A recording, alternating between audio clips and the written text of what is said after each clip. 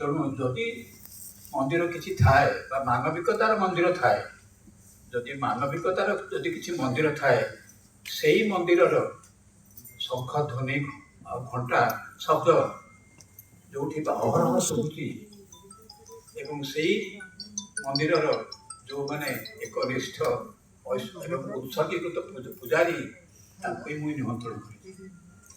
ସେମାନେ ମଣିଷକୁ ହିଁ ଦେଖୁଛନ୍ତି, ମଣିଷର ସେବା କରୁଛନ୍ତି ବିଭିନ୍ନ ଭାବରେ ନିଜ ନିଜ କ୍ଷେତ୍ରରେ ଏବଂ ମଣିଷକୁ ହିଁ ପୂଜା କରୁଛନ୍ତି, ଆଉ କିଛି ନାହିଁ। ସେଇଟା ହିଁ କମନ, ସମସ୍ତଙ୍କ ଭିତରେ କମନ ବେଶ।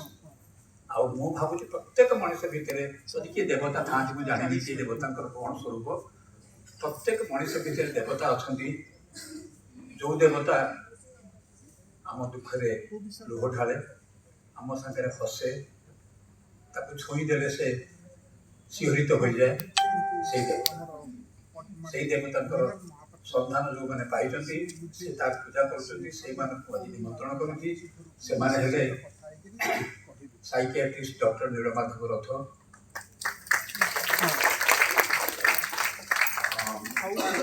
ବିଶିଷ୍ଟ ପ୍ରଫେସର ଦିଲ୍ଲୀ ୟୁନିଭର୍ସିଟିର ପ୍ରଫେସର ଅଜିତ ମହାନ୍ତି,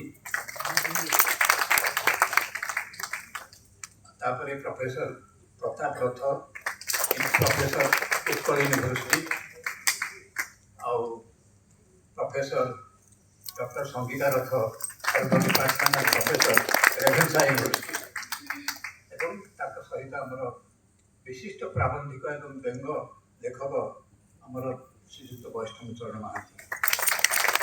ତେଣୁ ମୁଁ କିଛି ଆଉ ଅଧିକ ନ କହିକରି ବୈଷ୍ଣବ ବାବୁଙ୍କୁ ଆମନ୍ତ୍ରଣ କରୁଛି, ସେ ସଭାକୁ ସଞ୍ଚାଳନ କରିବେ, ମୋତେ ଏ ଦାୟିତ୍ୱ ମୁକ୍ତ ଦେବେ, ମୁଁ ସମସ୍ତଙ୍କୁ ଶୁଣିବି ବସିକି। ଧନ୍ୟବାଦ।